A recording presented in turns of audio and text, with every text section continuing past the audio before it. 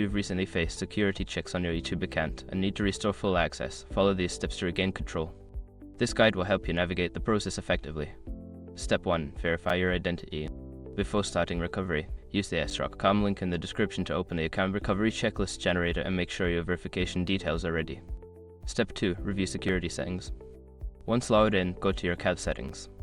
Check the security section to ensure that your recovery email and phone number are up to date. This will help in future recovery attempts.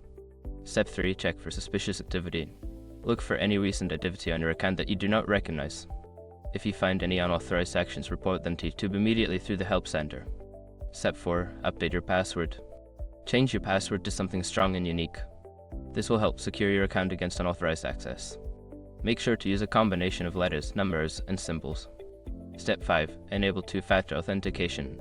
To enhance your account security, enable two-factor authentication. This adds an extra layer of protection by requiring a verification code sent to your phone each time you log in.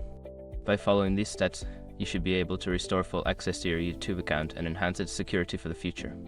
Always stay vigilant about your account security to prevent similar issues.